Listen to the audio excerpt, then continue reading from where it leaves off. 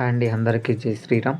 ఈరోజు వచ్చేసి మనం సికింద్రాబాద్లో ఉన్న టెంపుల్ అల్వాల్లో ఉన్న శ్రీ గుండం బాలాజీ ఆలయాన్ని అయితే దర్శించుకోవడానికి వచ్చాం. ఈ ఈ అల్వాల్ని టెంపుల్ అల్వాల్ అని కూడా పిలుస్తారు. టెంపుల్ అల్వాల్ అని ఎందుకు పిలుస్తారో మనం మొదటగా మాట్లాడుకుందాం. ఈ టెంపుల్ అల్వాల్లో మనకి ఈ గుండం బాలాజీ ఆలయం, అలాగే పూరి జగన్నాథ్ ఆలయం, అలాగే రాధాకృష్ణ ఆలయం, ఇంకా పాండురంగ ఆలయం, శివాలయం, అన్నీ చాలా ఆలయాలు అయితే ఉంటాయి. మీకు అన్ని వీడియోలు అయితే చూపిస్తాను. మనం మొదటగా గుండం బాలాజీ ఆలయం అయితే దర్శనం చేసుకోవడానికి వచ్చాం. ఈ ఆలయం వచ్చేసి చాలా పురాతనమైన ఆలయం, 16th సెంచరీకి సంబంధించిన ఆలయం. ఫస్ట్ మనకు మొదటగా గుండం బాలాజీ దర్శనం ఇచ్చుకున్నాక దాని వెనకాల శ్రీ వెంకటేశ్వర ఆలయం కూడా ఉంటుంది. అట్లా ఇక్కడ లోపల హనుమాన్ ఆలయం కూడా ఉంటుంది. మనకి గోదాదేవి, లక్ష్మీదేవత అందరు కలిసి అయితే ఉంటారు.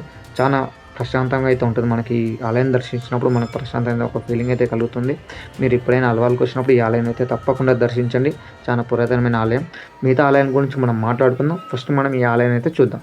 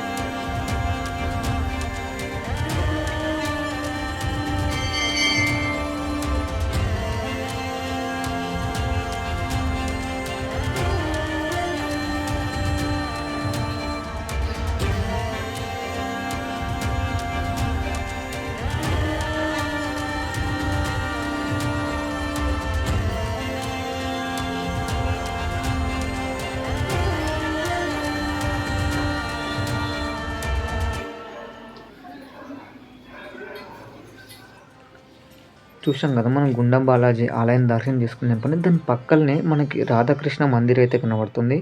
మనకి ఈ ఆలయాలు చూస్తేనే మనకు అర్థమైపోతుంది, చాలా పురాతనమైన ఆలయాలు ఇవి. అంటే 400-500 సంవత్సరాల కిందటి ఈ ఒక ఆలయాలు, ఆ గుళ్ళు చూస్తేనే మనకు అర్థమైపోతుంది. మనకి ఇక్కడ కనబడేది రాధాకృష్ణ ఆలయము. మనకి దీని పక్కనే శ్రీ జగదీష్ మందిర్ అనేది ఉంటుంది. మనకు పూరి జగన్నాథ్ ఒక రూపంలో లోపలైతే మనకి స్వామివారి దర్శనం ఇస్తారు. మనం లోపలికి అయితే వెళ్దాం.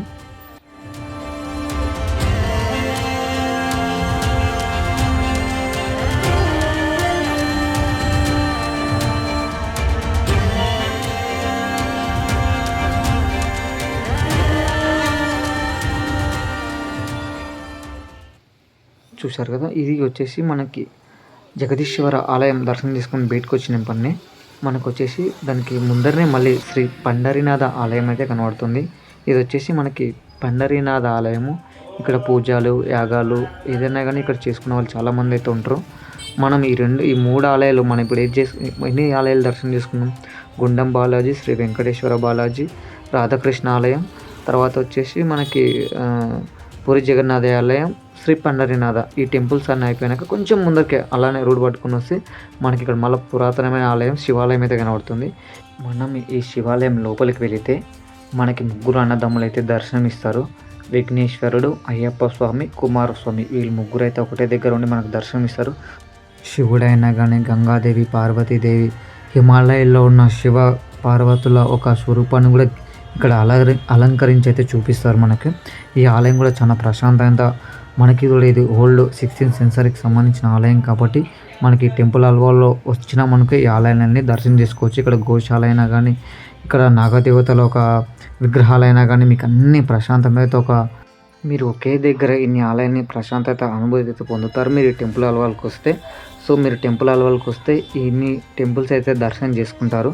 తప్పకుండా అల్వాల్కి వచ్చినప్పుడు ఇది ఒక పురాతనమైన టెంపుల్స్ అయితే దర్శించుకోవడం మర్చిపోకండి.